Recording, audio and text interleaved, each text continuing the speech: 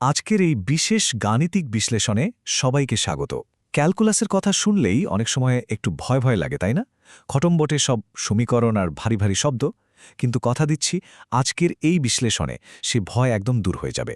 আমরা রোলস থিওরেমকে এমনভাবে ভেঙে ভেঙে বুঝব যেন এটা কোনো কঠিন ম্যাথ নয়, বরং খুব মজার একটা পাজল। তো চলুন শুরু করা যাক।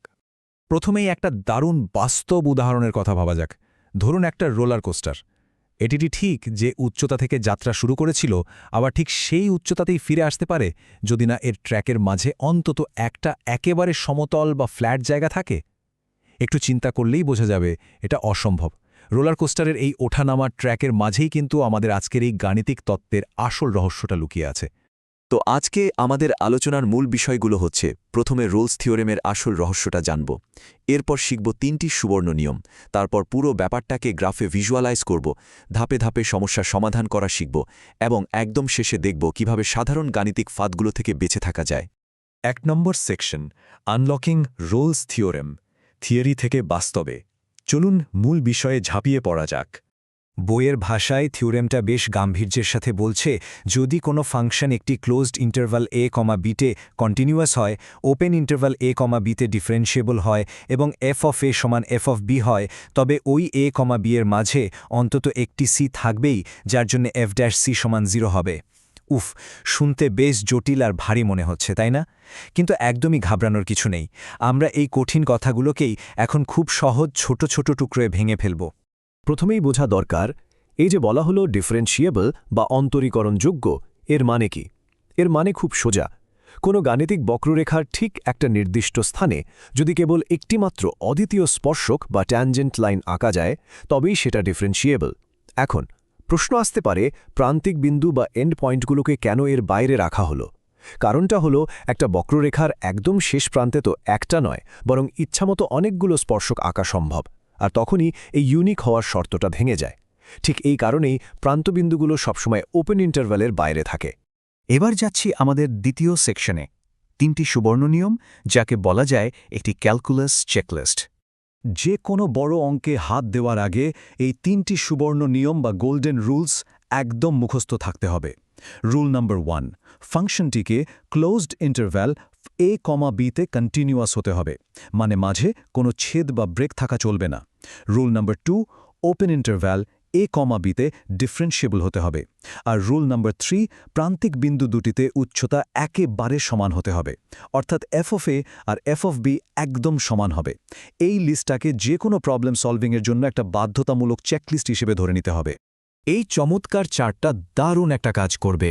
এটি পরিষ্কারভাবে দেখিয়ে দিচ্ছে কোন ফাংশনগুলো নিয়ে কাজ করা একদম নিরাপদ আর কোনগুলো নিয়ে একটু সাবধানে এগোতে হবে। যেমন ধরুন, পলিনোমিয়াল বা বহুপদী ফাংশন, এক্সপোনেনশিয়াল ফাংশন আর সাইন কোসাইনের মতো ফাংশনগুলো হলো সেফ ফাংশন। এরা সবসময় কন্টিনিউয়াস ও ডিফারেন্সিয়েবল হয়। কিন্তু র্যাশনাল ফাংশন বা ট্যানজেন্ট ফাংশনগুলো নিয়ে কাজ করার সময় আগেভাগে একটু যাচাই করে নিতে হয়, কারণ এদের ভেতরে গাণিতিক ফাঁদ লুকিয়ে থাকতে পারে। এই ছোট্ট ট্রিকটা কিন্তু অনেক মূল্যবান সময় বাঁচিয়ে দেবে। ৩ নম্বর সেকশন, ভিজুয়ালের মাধ্যমে গণিতকে দেখা। চলুন এবার সমীকরণ থেকে চোখ সরিয়ে একটু গ্রাফের দিকে তাকানো যাক। আচ্ছা, ডেরিভেটিভ বা অন্তরজের মান ঠিক শূন্য হওয়ার মানেটা আসলে কি দাঁড়ায়?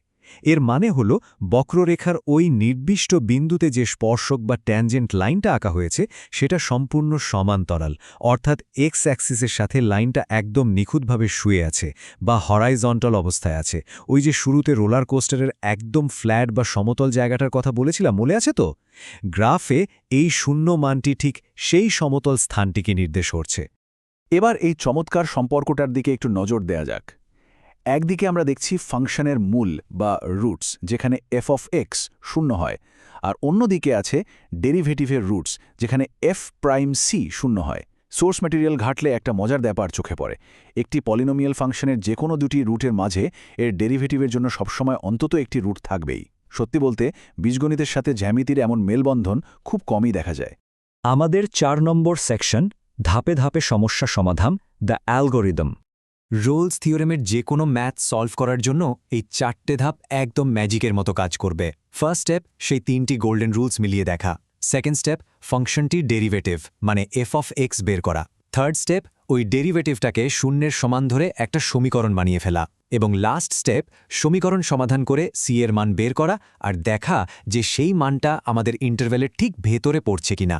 ব্যাস এই অ্যালগোরিদমটা ফলো করলে সঠিক সমাধানে পৌঁছানো 100% নিশ্চিত।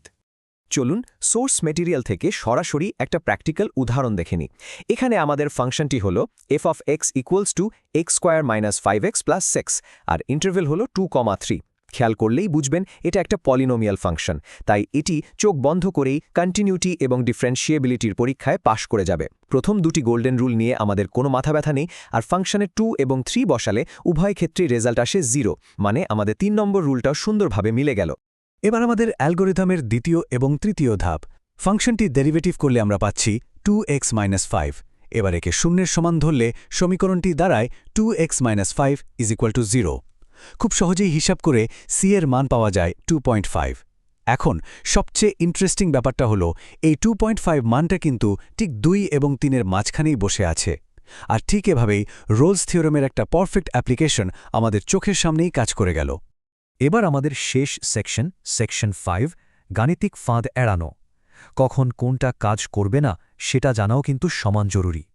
অনেক সময় সমীকরণ সমাধান করে আমরা যে মানটা পাই সেটাকে চোখ বন্ধ করে সঠিক বলে ধরে নিই, কিন্তু এখানেই সবচেয়ে বড় ভুলটা হয়। হিসাব করে পাওয়া সি এর মানটি যদি প্রদত্ত ইন্টারভ্যালের ভেতরে থাকে, কেবল তখনই সেটা একটা ভ্যালিড সলিউশন। কিন্তু মানটা যদি সীমানার বাইরে চলে যায়, তাহলে কোনো কথা ছাড়াই সেটাকে সাথে সাথে বাতিল করে দিতে হবে।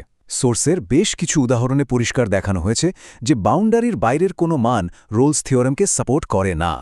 সোর্স ম্যাটেরিয়ালগুলোতে কিন্তু এরকম বেশ কিছু গাণিতিক ফাঁদ নিয়ে সতর্ক করা হয়েছে। যেমন ধরুন র্যাশনাল ফাংশন, যেখানে হর শূন্য হয়ে গিয়ে পুরো জিনিসটাই অসংজ্ঞায়িত হয়ে যেতে পারে, অথবা ট্যানজেন্ট ফাংশন, যা হঠাৎ করে ভার্টিক্যাল অ্যাসিমটোটকে হিট করে, কিংবা ভগ্নাংশ পাওয়ারযুক্ত ফাংশন, যেগুলো অসীম ডেরিভেটিভ তৈরি করতে পারে। মূলত এই ধরনের অনাকাঙ্ক্ষিত ঝামেলাগুলো এড়াতেই কন্টিনিউটি এবং ডিফারেন্সিয়েটিবিলিটির রুলসগুলো এত বেশি কড়াকড়িভাবে মানতে হয়। চলুন প্রথম ফাঁতার দিকে একটু ভালো করে তাকাই। f(x) = x - 2^2/3 ফাংশনটি 1 to 3 ইন্টারভ্যালে দেখতে বেশ নিরীহ মনে হচ্ছে, তাই না? কিন্তু এর ডেরিভেটিভ বের করে যদি ইন্টারভ্যালের ভেতরেরই একটা র্যান্ডম পয়েন্ট, ধরুন x = 2 বসানো হয়, তখন দেখবেন ডেরিভেটিভের মান অসীম বা ইনফিনিটি হয়ে যাচ্ছে। তার মানে ওই বিন্দুতে ফাংশনটি আর ডিফারেন্সিয়েবলই রইল না। ব্যাস, রোলস থিওরেমের পুরো মূল ভিত্তিটাই এখানেই ভেঙে পড়ল। দ্বিতীয় ফাঁদটা হল ট্যানজেন্ট ফাংশনকে ঘিরে। ধরুন ফাংশনটা হল y = 2 tan x আর ইন্টারভাল -π to π।